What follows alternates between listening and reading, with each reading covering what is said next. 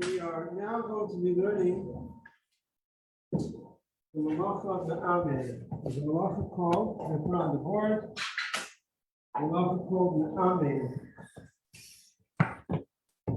Write down this word. The Ameh. The Ameh is a halacha that after you do the harvesting in the field, you need to gather everything together, bring everything in one place. So the Mishkan was, now we learned in the last class that what is prohibited in Shabbos, anything that was done in the building of the Mishkan, was done in the building of the Mishkan, that's prohibited on Shabbos. So the building of the Mishkan, they needed to be able to have tapestries that covered the Mishkan, made out of different material. And then it was dyed in a specific color. To get those colorings that comes from herbs, these herbs grow. So you have to plant, and then you have to harvest it. So then, after it was harvested, they would actually have to gather it all together. So after you like any time you have to cut anything in the field, you're just cutting, harvesting or reaping, or depending on what it is. And then it falls to the ground.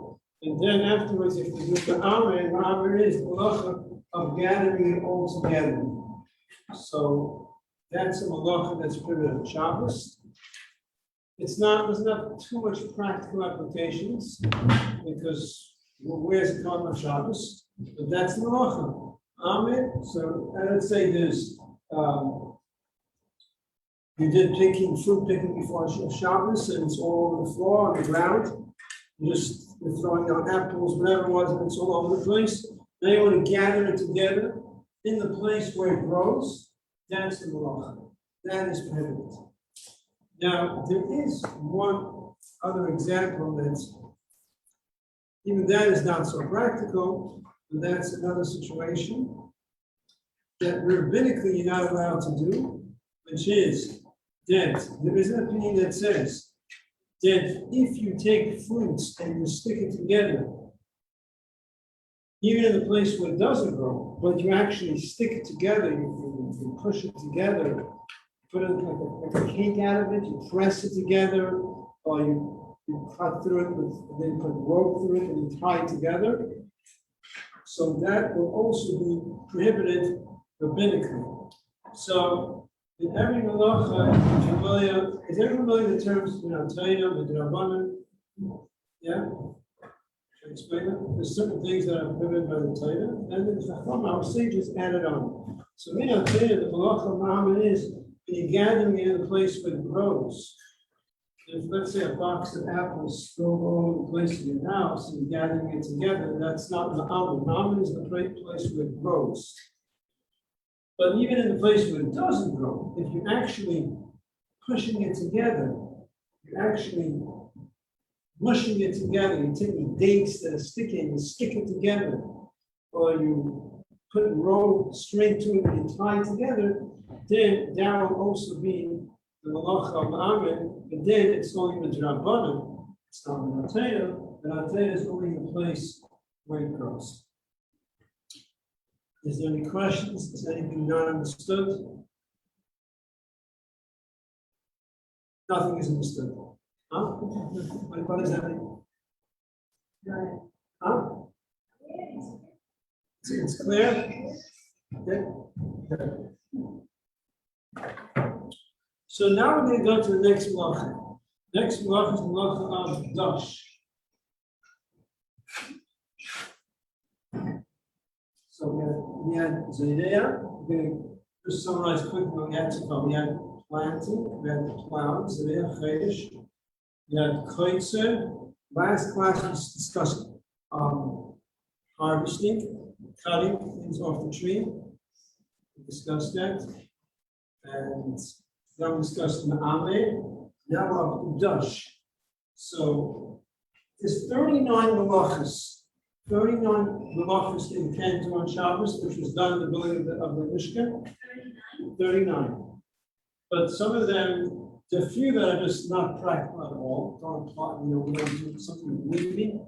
And some of them are very small. We don't have not too much to discuss about it. We just saw what we walk around. Then you have like bishul, cooking and Shabbos. That's like a huge discussion, a lot of details. But bishul is just one of the 39 halachos. So some halachos are huge, and some halachos are just very little. There's not much to discuss. Now we come to halacha called dash. Dash is not as big as bishul, but there's a lot to talk about. So what is dash? Dash is threshing.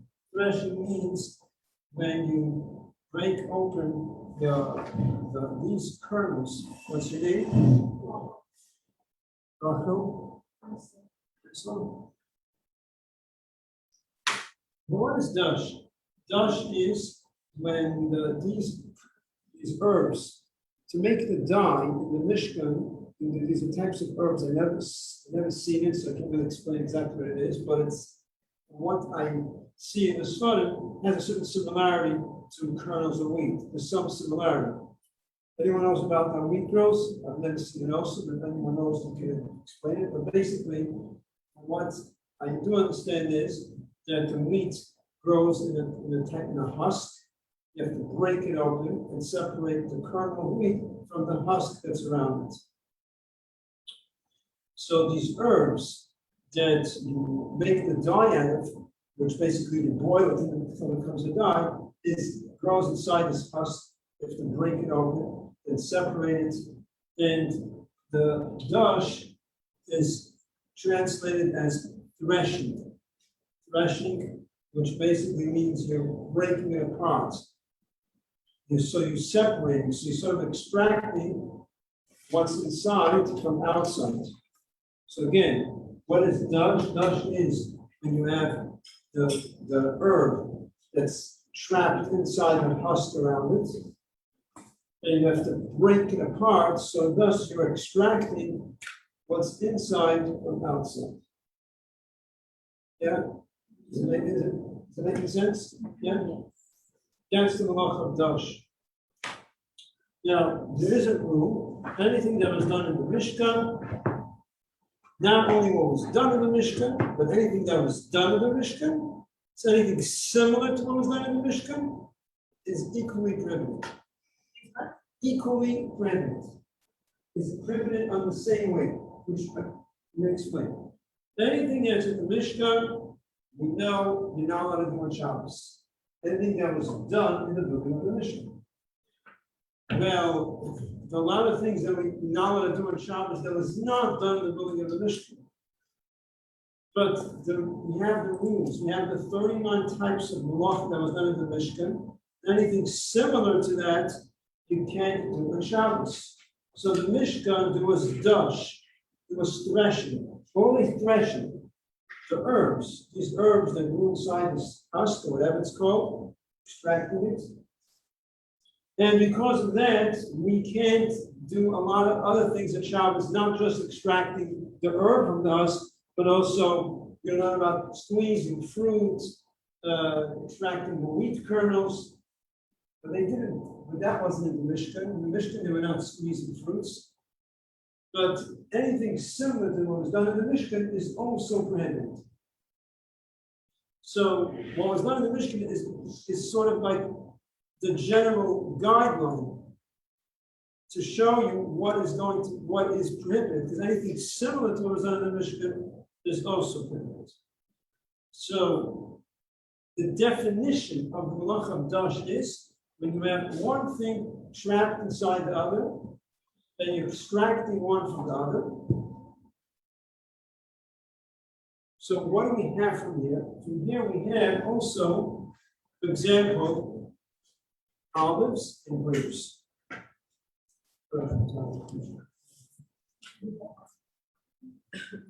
We have olives and grapes. You're not allowed to squeeze olives and grapes in Shabbos. We're discussing minatayim. We're not done yet. You just asking, only olives and grapes. No, we're starting. First we start what's minatayim, then the rabbanon, our sages added on. So according to the Torah, you're not allowed to squeeze olives and grapes because it's similar to dash. Because what is the definition of dash? What is it? What are you doing? There's one thing trapped inside the other, and extracting one from the other. When you're squeezing grapes and olives, it's the same thing. You have liquid trapped inside the grape. So there's two separate things. Has to be two separate things. Has to be similar to dash. Because so in the definition of dash, you have one thing inside the other, but they're two separate things. So you have the outside, which is waste, and the inside, which is usable. And you're extracting one from the other. So it's two separate things. So you have two separate things, one trapped, one contained inside the other, then you extract it, you separate it, then you have the malacha of dash. The exact term for the tolda is the fabric. So I just used a new term here. You heard tolda. I don't know if I mentioned it last time. And tolda, did I? I don't think I mentioned it. There's a 39 of these malachis. So then you see of avos, there's 39 avos, fathers of malachis. And then there's tulda. Tulda means the offshoot, the offspring. In this context, it would fit better to the term offshoot, offspring, whatever works. But as long as you understand what it is. So there's an av and there's a tulda. Tulda singular, tuldois is plural. So there's the 39 avos malachis, and then there's tuldas. Tuldas is the offshoots. But they're both equally prohibited. It's just there is a difference in terms of punishment. The Gemara discusses, if you want to count numbers of how many transgressions the person do in terms of punishments, but practically for now, it's equally prohibited. They're both prohibited by the Torah. But it's an av or it's a tulda.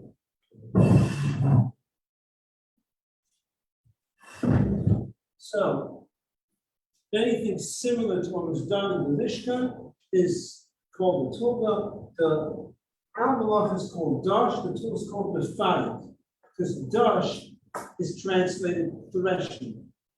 Mefarik means extracting. Extracting is similar to threshing, because what are you doing in threshing? You're breaking it apart. And dash is threshing. Threshing. Write it down. Threshing. In English, it's threshing. You're asking what is threshing? Threshing is when you have let's say the wheat, the kernels inside the husk, and you break it this thing.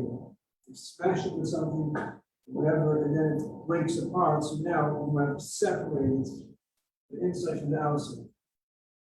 Then there's another malach afterwards in Mishkan, which we're going to talk about, which is the winnowing zoyde, because in order to separate it completely, you have to put it to the wind, and then it separates completely. That's later. So dash is the av, mefarik is the tool, mefarik is extracting. So we have two things, one inside the other, and you extract one from the other. That's the malacha of, that's the tulda of mefarik. Extracting. Getting back to grapes and olives. So I'm talking about grapes and olives, and I'm saying that you're not allowed to squeeze grapes and olives on Shabbos because it's what? What is it? What are you doing? You're doing a fatting, you're doing extracting. Because there's liquid sitting inside food, inside solid food, and extracting the liquid from the solid. It's two separate things. Solid food, a grape, then there's liquid inside. It's two separate things. Extracting one from the other. That's similar to dash. Yeah. Is there any questions so far? No.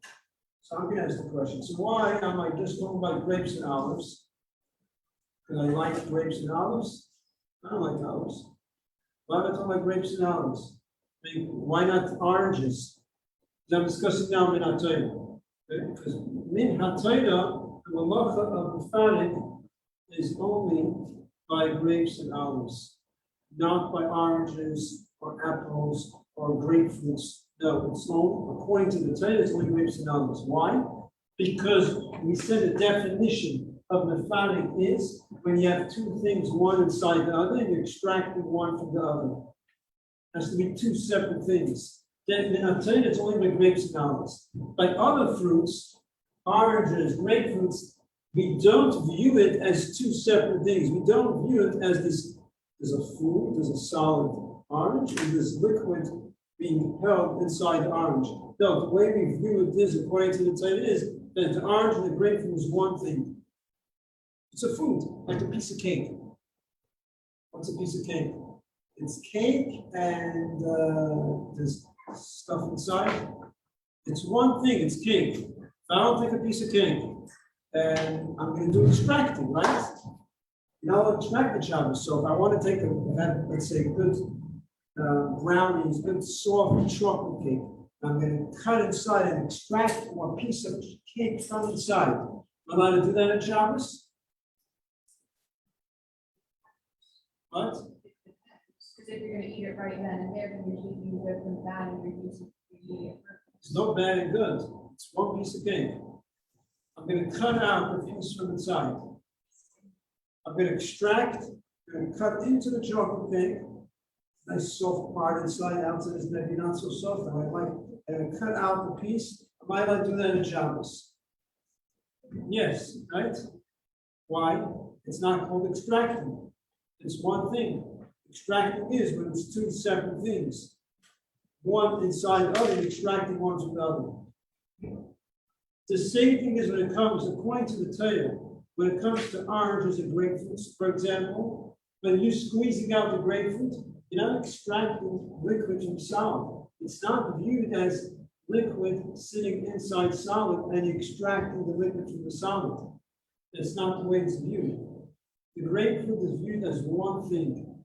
It has liquid in it. It's called zeya, the sweat. The person had sweats, let's say, so it's the sweat that's coming out, the sweat coming out of the body, let's say.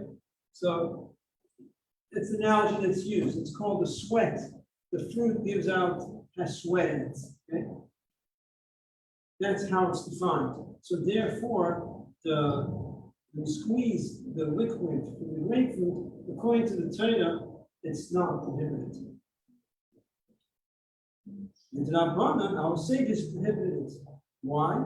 Because being that people do make grapefruit juice and they make orange juice, so it's the derech, it's the normal thing to make juice out of it. So therefore, now, in the Rabbanan, it's defined as juice. So now in the Rabbanan, it's defined as you have solid fruit, then liquid sitting inside of it. Now you're not allowed to squeeze out the grapefruits. Now let's squeeze out oranges and Shabbos. It's a fruit that's meant for its juice.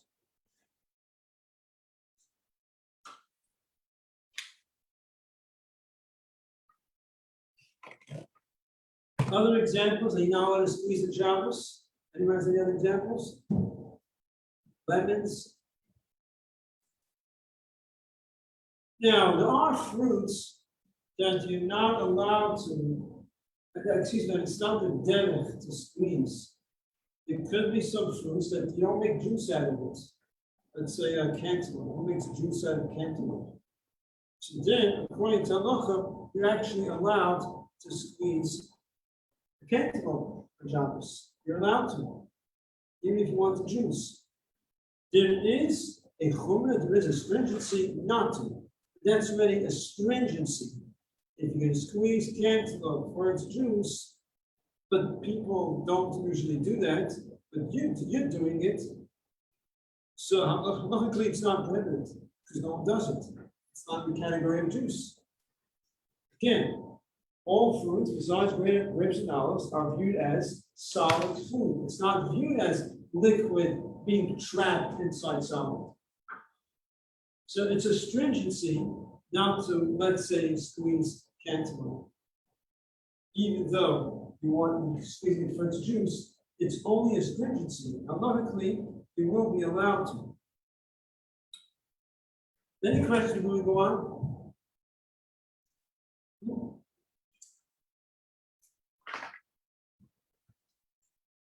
Another example of The father is milking an animal, milking a cow, milking a goat.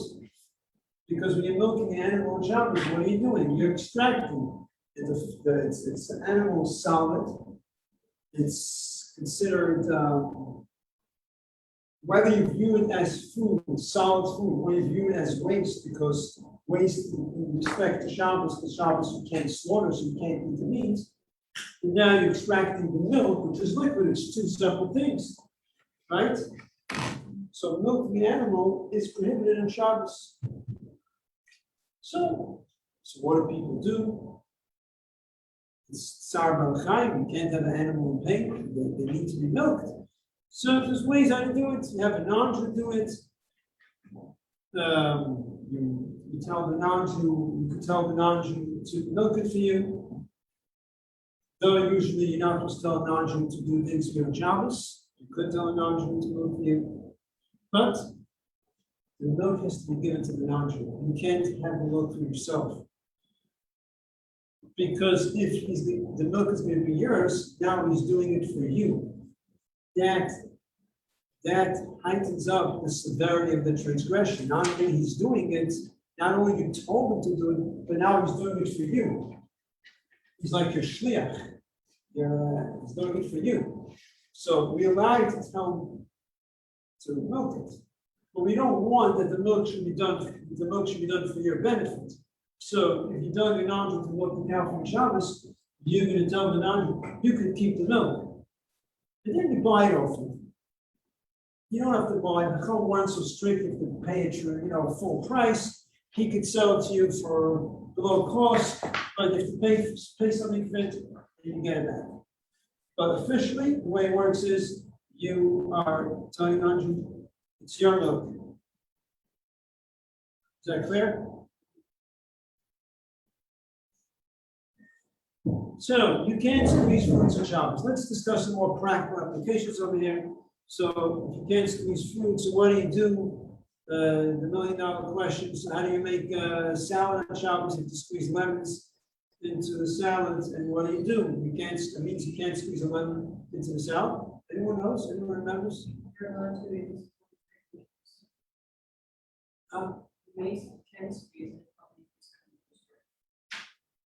not hearing you. You can squeeze it. You can squeeze it for a salad. Okay, so the answer we're getting now is you could squeeze it if you're going to eat it right away. Okay, so there's something more to that. You have to squeeze it directly on the salad. Right, to separate. Right. So you're discussing the halachos of separate. That's a separate discussion. They can't separate bad from good. What we're discussing now is in terms of extracting one thing from the other, which you're not allowed to do. So the question is, how could you extract it? Actually, it also has the halachos of, okay, so we brought in another issue of right, which is a separate issue, but we'll soon bring it together. Let me just explain this, then I'll just clarify that too. Basically, what we're doing over here is, by you squeezing it directly into the food, what you're doing now is you're causing that this liquid, which is liquid, is now becoming solid. You're sort of changing the status of the liquid into solid. What do you mean changing? It's liquid, it's not solid. Okay. The point is, being that you want this liquid to enhance the taste of the salad, the vegetables, which is solid food. So therefore, now this liquid attains the status of solid food. Is everyone following this? It attains the status of solid food. And being that's the case, so now the way we view it is that you did not extract liquid from solid, but rather you extracted what? Solid from solid. So now it's not that you extracted liquid from solid. Again, what is the prohibition of the fabric? Extracting two different items. So here, the liquid is extracting the liquid from the solid. Now the liquid, the quote unquote liquid that you're extracting is not liquid. It has the status of solid. Why? Because what's the purpose? Being that you plan to use it and it's going directly into solid food, now it has the status of solid. So now you have extracted the solid from solid. So that's why, so the only way to do it is if you're going to do it directly on the food. Now, another issue was mentioned over there. You mentioned you have to eat it right away. You mentioned that it's only if you're going to eat it right away. So this is a malacha we're going to get to later, which is a malacha of separating. But over here, applying it to this case, what you're mentioning is that being that you're separating, you need to eat it right away. You bring an interesting point.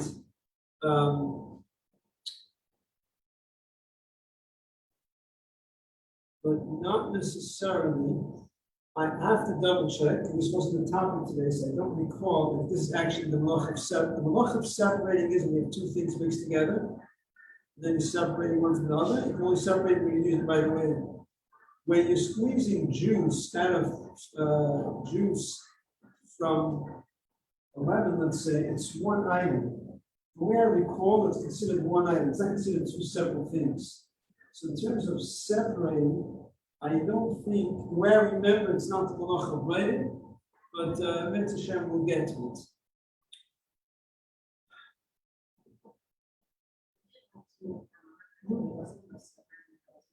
What's this? I remember correctly, I think this was separated this is about only doing what you needed for Shabbos and not having extra for after. So preparing for after Shabbos on Shabbos. Right, so when you're cutting up a vegetable salad, you're cutting it up for Shabbos. You can't cut for later. When you're cutting a vegetable salad, we already mentioned, because no matter salad, there's other halachos, and you can put it all together, and it's more practical. When you cut up a vegetable salad, also there is a lot of different types of blade or separating involved. So let's say you're cutting up tomatoes, right? In tomatoes, you're separating bad from good. So you can only prepare the salad if it's close to the time of the meal. So in the process of cutting up a vegetable salad, you usually have a lot of separating involved, so therefore, generally speaking, a salad can only be prepared before the meal. So already, automatically, with the lemon, it's usually not an issue, because anyway, so much other stuff you're doing with the salad that you can only do before the meal. So for the actual squeezing of the lemon, it doesn't make a difference, because you're doing it all together. But again, specifically the lemon, I'm not sure if that's considered separating. But in any case, you have to look, but the big issue is about extracting. And the only way you're allowed to do extracting is if you squeeze it directly into the food. So it's giving a taste into the food, and it's going directly into the food, so it's noticeable that this is what it's for. Now, there's another way how you can also squeeze into food, and that is if, let's say, it's being absorbed into the food. In other words, let's say you're going to squeeze onto solid food, but it's not to enhance the food. In other words, till now we said you're allowed to squeeze lemon onto salad. Why? Because it's going to enhance the food, so it's there for the food, so it becomes like the food. Okay. And what if it's not for the food? What if it's not to enhance the food? It's just to whatever, because you're trying to figure out a way how to squeeze it to do it on Shabbos. But it's not going to actually enhance the food. It's not going to make the food better. What? Okay, fine. So to start with, step one is we have to say, if you are going to squeeze lemon onto an apple and it's not to give a taste onto the apple, you're not allowed to do it. But I'm going to show you a way how you could do it, even though it's not giving a taste. And that is what? Anyone remembers this? If it's being absorbed, if it's actually being absorbed into the food, then You would have it before the food. no, it's being absorbed. You know what absorbed means? Absorbed. Absorbed is the ruah. It's going into the bread. So it's actually being absorbed into the food, then you're allowed.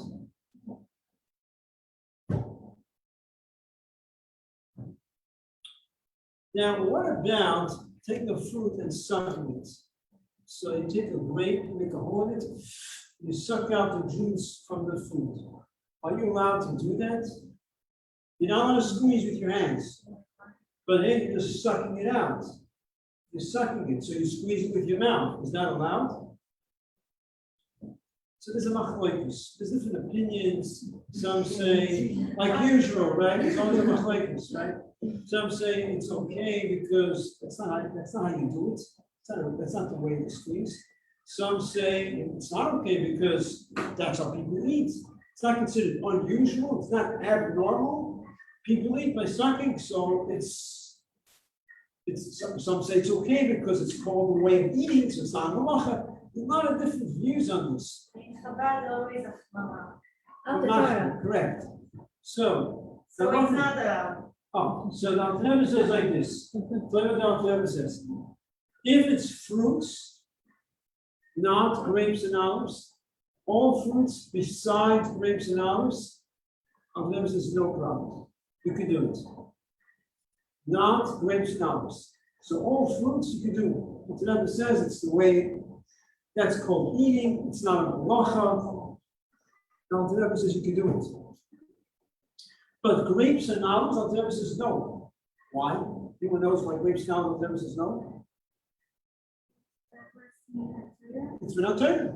Grapes and olives are Minat Torah. To be more strict. So it's Minat Torah, can be more strict. But then there's other things that can be a problem. We didn't even discuss it yet. And then is, could you take challah on Shabbos and stick it into your soup and then squeeze it out?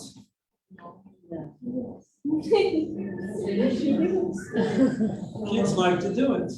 You stick the challah into the soup, then you squeeze out the juice. Is that the halacha of shchita? Is that prohibited? So min haTorah, it's not. We start step by step. Min haTorah, Rabbanos understand the whole picture. Min haTorah, it's not shchita. Why? Very interesting reason. Being that the liquid gets absorbed into the food, it gets into the stat, it becomes like food, it becomes like solid food. Again, because the liquid is absorbed inside the challah, so now the challah is not viewed as challah that has juice inside of it, but the juice now gets the status of solid food. There's no liquid now. We don't look at it as liquid inside. It's all considered like oichel. It's considered like solid food.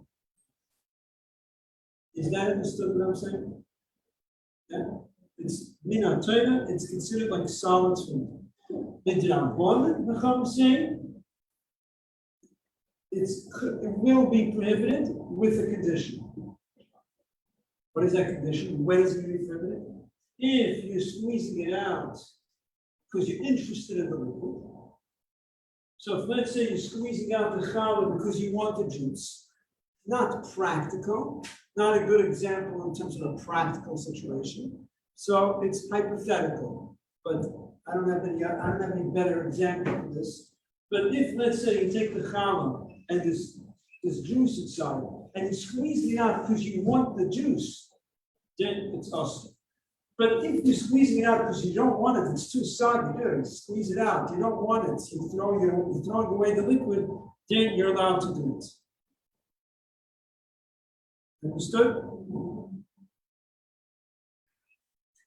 Now, what about to suck it with your mouth? Take the challah as a soup, or the juice, or the wine, whatever you stick in, then you want to suck it out. So it's the same machlokes that we discussed till now, like sucking fruits. And here the Alter Rebbe is machmir. The Alter Rebbe is strict. You should not suck out any reason. Challah could be any type of food that has liquid absorbed into it, and you're sucking out the liquid. The Alter Rebbe says it should be machmir. The only thing the Alter Rebbe is lenient, for fruits other than grapes and olives. Only then we could be lenient, says the Alter.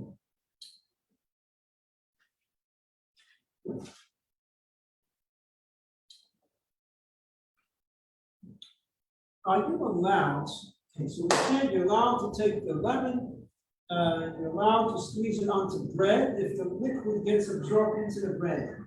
Now, but you have to remember only what gets absorbed. Let's say you need lemon juice. I need lemon juice. Okay, so if you put it, squeeze it into the south, it's not for this, I need it for something else.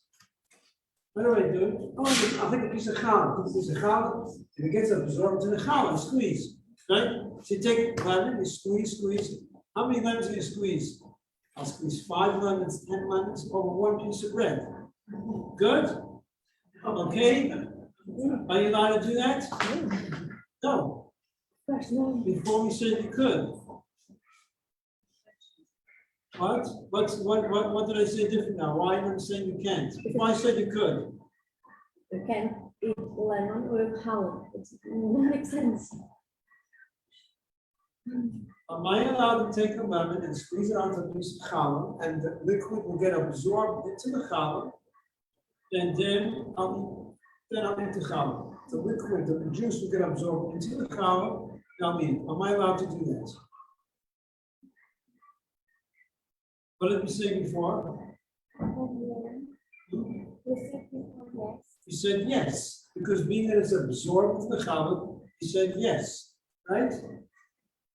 Now I'm saying something different. I want to make sure you understand the difference. I need lemon juice. I need for tea, whatever. Now it's Shabbos. Okay, take a piece of challah, squeeze. We're going to start squeezing lemons over the challah. 1 lemon, 2 lemons, 3 lemons, 4 lemons, 5 lemons, 6. Now a lot of lemon juice. Can I do that? No. Why? Because you're not squeezing one and just in a hall, you're squeezing. Okay, you're all close to it, but you're not getting it all the way. Anyone else? What's the problem then? Is all the lemon juice being absorbed in the challah? No. If it's being absorbed, good, but if it's not being absorbed, because you're squeezing 20 lemons or 10 lemons, whatever. So after 1 lemon, the second lemon, or whatever the exact number is already not going into the challah, it's already running off. So now let's do that. Now, I want lemon in my tea. What do? So I just thought of a great idea. Sugar. I was going to put sugar in my tea, right? So I'm going to squeeze the lemon into the sugar, and the lemon will become absorbed into the sugar, right? Am I allowed to do that? Can I squeeze lemon into sugar if it gets absorbed into the sugar? Yes, no. Why not? What? I don't know, this sugar usually is absorbed in liquids. You're saying he's going to put the sugar into the tea? That's what he wants. No, I mean, like, the sugar dissolves in the liquid. The sugar melts. It's not going to be absorbed. The lemon juice will absorb the sugar. Yeah. Okay, I hear what you're saying. That's you're already discussing scientifically. I don't think that makes an halacha that it's so, not necessarily technically. So it's not absorbing, the sugar is absorbing the lemon. You're saying, 1 second, the lemon is not getting absorbed to the sugar? The sugar is, what was the term you said again? The sugar's being absorbed into the water. The sugar is being absorbed to the lemon, that's what it is? Yeah. It's the same thing, it's the same idea, it's being, the bottom line is, it's combining liquid into solid, whichever way you want to look at it, it's the same idea. But my question is that allowed? According to what we said so far, it should be allowed, right? If you could go into challah, it should be allowed, theoretically, because it's being absorbed. Okay? But being that your intention is, what are you going to do with the sugar? Where's the sugar going? In your teeth. The tea. So it's being absorbed in solid, But then where is it going afterwards? It's going into the liquid. So you know how to do it. Any question? In the example that you gave about the hara that used to use a lot of lemons. Use what? About the hara that used to use a lot of lemons. Yeah. Because it's too much. So in the case of the salad, there's always also like, liquid. Okay, so the question is, I'm just finishing in a minute. The question is, we're saying that with squeezing lemon into challah, if it's not being absorbed, we can't do it. Right? But then when it comes to salad, we said because squeeze lemons into salad, even though it's not getting absorbed and it's running off, right? Right? When you're squeezing lemons into salad, the lemon is not being absorbed in the salad, it's running off the salad. So why is that allowed? That's your question? So the answer is for. It's like, is that your question? Yeah. Is that, anyone else have this question? Yeah. Anyone has an answer? For the enhancement of the salad. It's for the enhancement of the salad. If it's there to give a taste to the salad, the fact that it's running off, you can mix it afterwards. You can't overdo it. You can't do more lemons than you need for that salad, so you have another, that you can't do. Whatever's needed for the salad is okay. Okay, any other questions? Shabbos, everyone. See you next Friday.